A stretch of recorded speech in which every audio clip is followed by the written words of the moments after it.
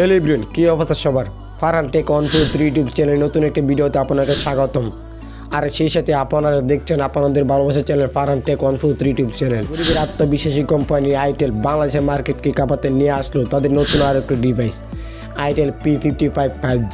Itel P55 5G এই ফোনটিতে 6.6 ইঞ্চির IPS LCD ডিসপ্লে ব্যবহার করা হয়েছে এবং সেই সাথে 50 মেগাপিক্সেলের একটি মেইন ক্যামেরা সেন্সর ব্যবহার করা হয়েছে।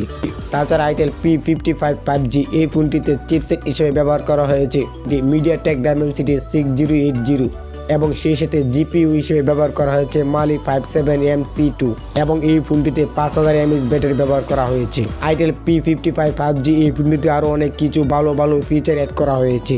আইটেল P55 5G এই ফোনটিতে আরও অনেক কিছু ভালো ফিচার অ্যাড করা হয়েছে। সেই সম্পর্কে জানতে হলে এই ভিডিওটি সম্পূর্ণ কন্টিনিউ করতে হবে। আর মূল ভিডিওতে জাম্প করার আগে আপনাদের কাছে ছোট্ট একটা রিকোয়েস্ট, আপনি যদি এই চ্যানেল নতুন দর্শক হয়ে থাকেন তাহলে অবশ্যই চ্যানেলটি সাবস্ক্রাইব করে পাশে থাকবেন নতুন ভিডিওর নোটিফিকেশন সবার আগে পাওয়ার জন্য। আর এই ভিডিওটি যদি ফেসবুক পেজ থেকে দেখেন তাহলে অবশ্যই পেজটি ফলো দিন। শুরুতে আইটেল P55 5G এই ফোনটির ডিজাইন এবং বিল্ড কোয়ালিটি নিয়ে যদি কথা বলি তাহলে এই ফোনটিতে প্লাস্টিক ব্যবহার করা হয়।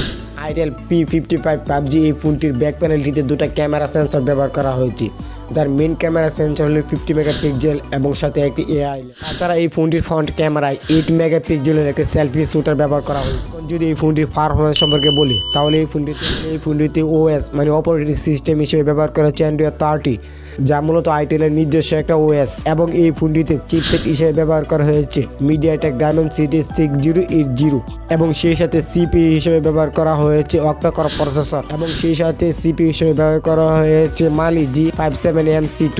আইটেল P55 এই ফোনগুলো দুইটি ভেরিয়েন্টে পেয়ে যাবেন, সেগুলো হচ্ছে 464 এবং 6128। তাছাড়া এই ফোনগুলোতে স্টোরেজ হিসেবে থাকছে UFS 2.0। তাছাড়া এই ফোনটিতে পেয়ে যাবেন সাইড মাউন্ট ফিঙ্গারপ্রিন্ট। এখন যদি এই ফোনটির ব্যাটারি এবং চার্জার সম্পর্কে বলি তাহলে এই ফোনটি এতে 5000 mAh ব্যাটারি ব্যবহার করা হয়েছে এবং সেই সাথে 18 ওয়াট ফাস্ট চার্জ। তাছাড়া এই ফোনটি দুটি কালার ভেরিয়েন্টে পেয়ে যাবে, গ্যালাক্সি ব্লু আর দ্বিতীয় হচ্ছে মিড গ্রিন। এই ফোনটি বাংলাদেশের মার্কেটে পেয়ে যাবেন 15,000 টাকার আশেপাশে।